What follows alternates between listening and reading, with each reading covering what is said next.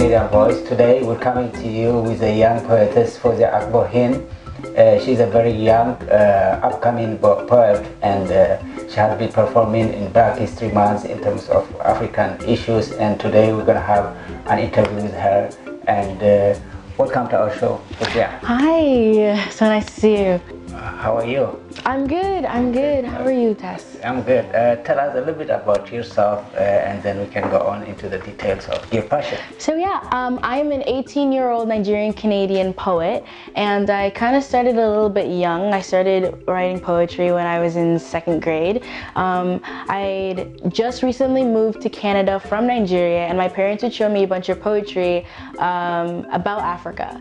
And although I didn't really remember a lot from my time in Nigeria, I did feel a strong connection to poems about my ancestors and poems about the Black people in Africa. So when I'd read these poetries, I'd kind of feel a sense of belonging, and that was really great for me when I was growing up in the Western society, because I tended to be in classes where I didn't have a lot of representation. Whenever on TV, I didn't really see much Black people around me. So I kind of felt a little bit displaced. A lot of my poetry comes from feelings of kind of displacement, and I write to make sure that kids who are probably going through the exact same thing as I went through when I was younger don't feel the way I felt. In terms of the background and influence, it's good explanation you gave us, but the parental influence, was it much more enhanced, or it was a mild one? What kind of support were you getting in getting into your passion? I was really supported by my parents. My parents loved that I was writing poetry. My parents had a big influence on my poetry as well. My dad, being a doctor, he was always saving lives, and I kind of wanted to follow in his footsteps, not necessarily be a doctor, but I kind of wanted to help people in some sort of way. And while I'm not really a medical doctor, and I'm not going around and I'm not like in a uniform, but I feel like I'm helping people in a different sort of way. I'm like attending to a social justice aspect of the world, and I'm helping people deal with issues that I feel like a lot of people deal with but nobody really talks about. I enjoy starting conversations, and that's kind of why I started poetry. And my parents really influenced that for me, because even my mom, she's a pension analyst, and but even aside from that, aside from her work, she always preaches to me about helping people, being charitable, and my grandparents as well. Your father being a science person, medical field, how do you go into this poetry program? Did you go to English classes? Were you excelling in those areas, or how did it start in the school environment? It's actually really interesting, my poetry journey. Because, okay, my parents really wanted me to be either like a doctor or like a lawyer or like something like that. Like one of those, you know, like the white collar jobs. But I was always really good at poetry. Like even from 2nd grade, I would continue writing, I would continue reading poetry, and I'd like I'd sit aside and I'd write poetry, and eventually I'd continuously be good at it. And eventually I'd get opportunities to perform in different places. So kind of watching me from afar, my parents were always telling me like, yeah, like it's great that you're doing poetry, but you're not really gonna get a lot of money with it. Like it's kind of the arts, and maybe you should like be a doctor or something like that. So, but later on they could see the parallel, and then they started supporting you. That's yes. what I got, yeah. Right? Yeah. Yeah. And tell me more about how you developed those skills in terms of when you're growing up, going to different places, events, and performing there, or reading your poetry and things like that. Can you talk a little bit about that? So, because when I was little, my parents were always kind of telling me that maybe poetry isn't the best idea, I kind of wanted to do a lot of different other things. Like I was really involved in theater, I was really involved in drama, and I think in hindsight, that's kind of where I developed this kind of passion for performing. That's where I was able to learn a lot of these stage techniques, how to kind of engage people, how to grab them in for the hook, and then eventually kind of bring them along with me. I learned a lot of my speaking skills from theater and drama, from being in so many plays over the years. So that's a lot of where I got a lot of my skills for performing. And yeah, that's a lot of where I got my skills for performing. But my other skills, like my writing skills, those I kind of developed over time. I was always really interested in English. I was always really interested in writing. Eventually I kind of steered away from poetry, and I kind of wanted to write a book, which I ended up starting in grade 10, and I'm almost finished. It's actually in the process of being published. But yeah, writing that book also really helped me with my writing, because, well, I feel like writing a book and then also writing poetry, they're kind of interconnected. Like, they kind of help each other. Yeah. Like, if you get good at one thing, then you're good at the other one. We're gonna take a break right now, and when we come back, we're gonna ask Fozia a little more about the book she is writing.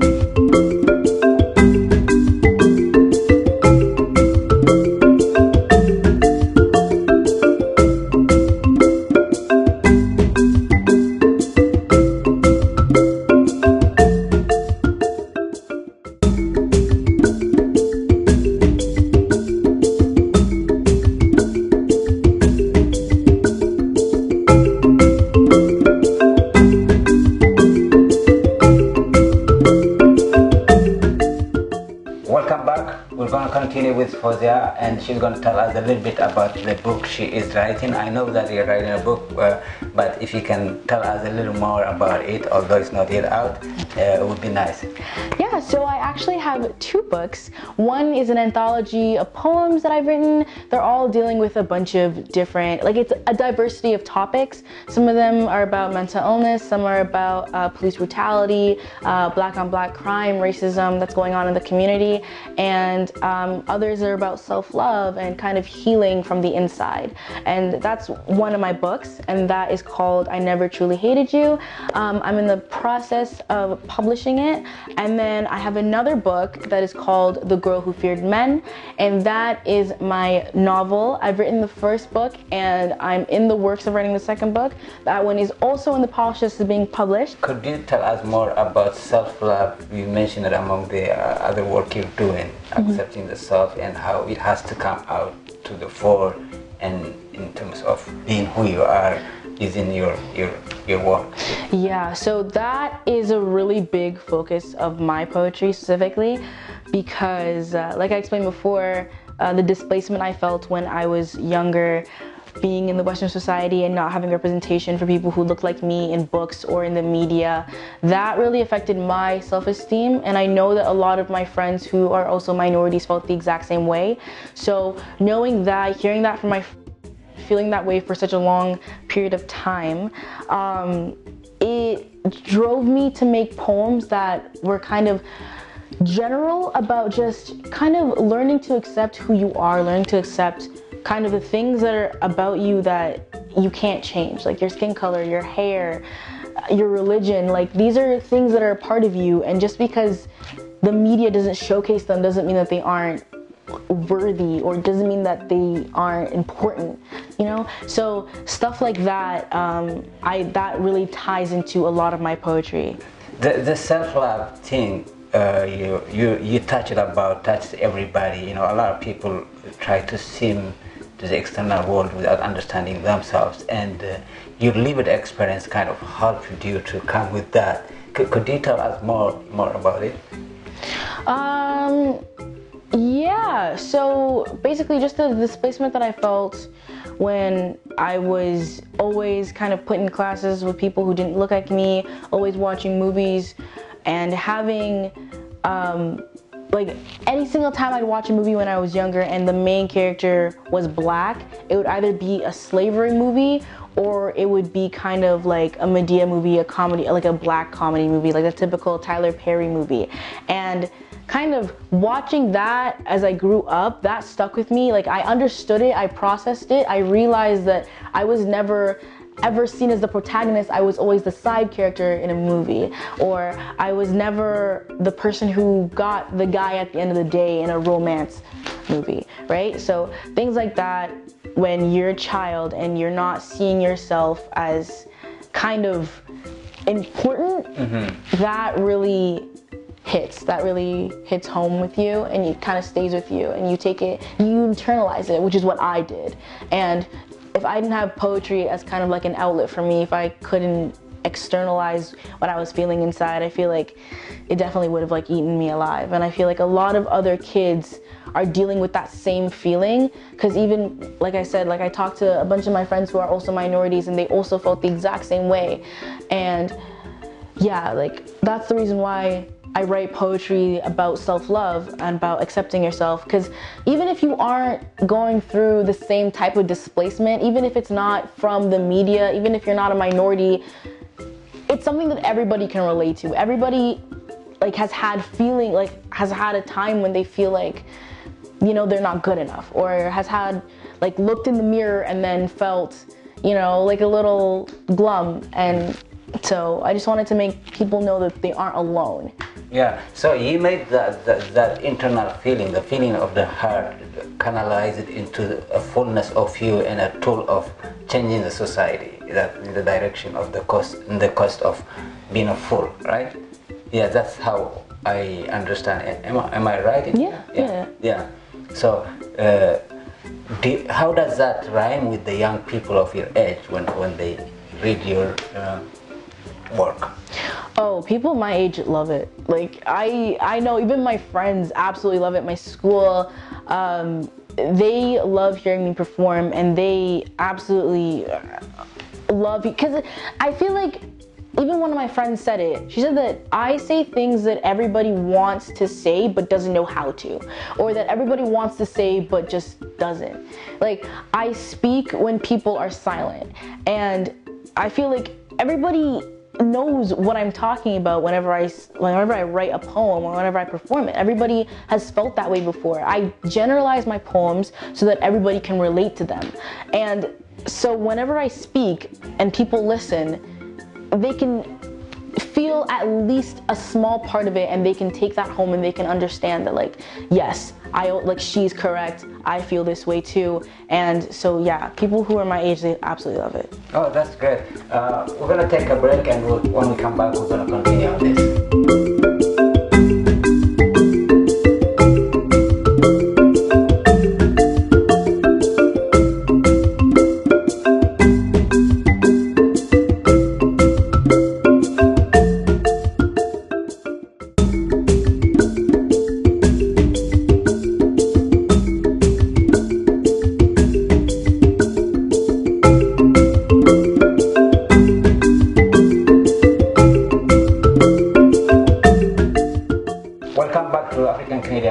We have been talking with Fozia about her work, poetry, and we're going to continue on that with Fozia. Fozia, could you share a little bit about one of your poems to begin with, and then we're going to continue on the other stuff you have? Yeah, of course. So I have a poem, and it is titled Almost Perfect.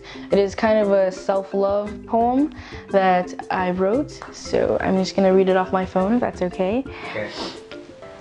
When I die, I'm gonna donate my body to science, so that when they cut me open, they can see what perfect almost looks like. They told me that the teeth I was born with were not good enough, so I put chunks of metal in my mouth to make them look perfect. The scars on my skin are leftover traces from a battle of blood, sweat, and tears I did not win when I tried to slather my skin with ointments and peel a layer of my face off. In the course of 17 years, I've been clinically underweight, overweight, and obese, but only because I wanted to be perfect. See, they want my body to curve in the same way an hourglass is able to distort its glass exterior, so I'm just trying to check off all the things in their criteria. Let me stitch my mouth shut, drape silk over the naps on my head, place a mask of makeup over my skin, color myself in like I'm just another page off a coloring book. Let me use the crayons of your choosing to color inside the lines the society has defined for me. Let me be perfect. I just want to be perfect. I want the scientists to see that I have every organ intact, not a bone out of place, blood red, and poetry running through my veins. And I want them to try and figure out why this body has been functioning so well for all these years is not even close to society's version of perfect. Wow, that's powerful. Thank you. Yeah. Thank you. So, what was the real motivation for this piece of work? So this one specifically, Almost Perfect, is more about kind of generalizing the stereotypes that the media has of Black women.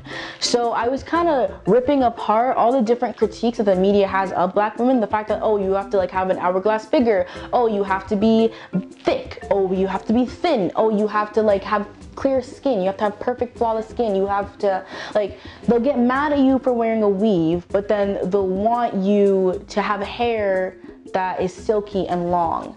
But that's just not the way my hair is naturally. That's not the way my hair is naturally. That's just the fact of it. My hair is kinky and it's curly and it's a different type of curl than most people who are seen on TV. And I feel like because there's no representation for my type of hair, it's really easy for people to look at me and then wonder, hey, like, why don't you have silky hair? Why don't you have this type of hair? And they don't understand that my hair is different. Like, my hair just isn't the same as yours. And it's just, that's just one of the things that it's just kind of like a paradox. Like, you can never make them happy. You can never really please the media, no matter what you do, because they want you to be loud, but then they get mad at you for being too loud. They want you to be silent, but then, oh, you're not fitting into the stereotype. You're supposed to be ratchet. You're supposed to be ghetto. You're supposed to be like this. You're supposed to be confident. Like, you know, so that was kind of just the issues, the critiques that I had of the media and the way that they depict Black women. Basically, what you're saying to young people and even everybody is be yourself, and in the difference there is a beauty in being yourself, and the fullness comes, and when the fullness is there, you perform well. The only way that you'll be actually happy is if you're fine with the way that you look like, because we all look different. We all come in different boxes, different shapes, different colors. Like, the only way that you'll feel fulfilled, that you'll go home, look at yourself in the mirror and actually be happy with what you see reflected back at you, is if you actually love yourself. How do you find the young people, again, I have to ask that question, and even everybody, how do they accept that and rhymes that with them? Like, you can't just like wake up one day and then be happy with what you look like. It takes time, it takes effort, it takes, you know, constant like restructuring, trying to kind of find the balance between critiquing yourself and then hating yourself. Kind of taking the thoughts in your head, if they're negative, and kind of like realizing that, oh, these are negative thoughts. Like, I'm not as horrible as I make myself out to be. And then switching that mentality and then instead thinking positively. And that's something that even I struggle with. And so I know how hard it is. I see what you mean. We'll take a break, and when we come back, we're going to continue on the influence she had in terms of her work.